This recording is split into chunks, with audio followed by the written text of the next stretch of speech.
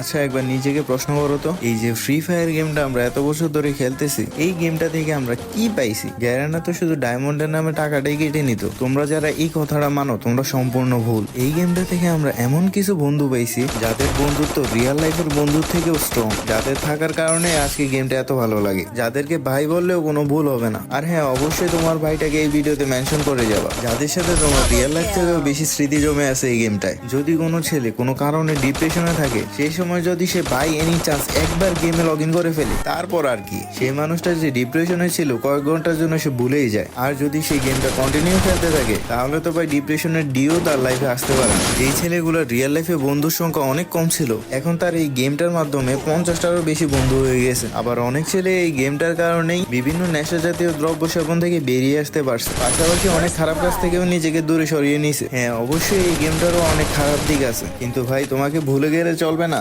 আমাদের এই দুনিয়ার সবকিছুরই যদি ভালো দিক থাকে, তাহলে অবশ্যই খারাপ দিকও থাকে। সুতরাং এই গেমের খারাপ দিকগুলো আলাদা করে হাইলাইট করার কিছুই নেই। আর হ্যাঁ, এই গেমটা আমাদেরকে যা দিছে সেটাও আমরা কোনোদিন পরিশোধ করতে পারবো না। তোমাদের ভাইদের মেনশন দিতে ভুলবে না কিন্তু।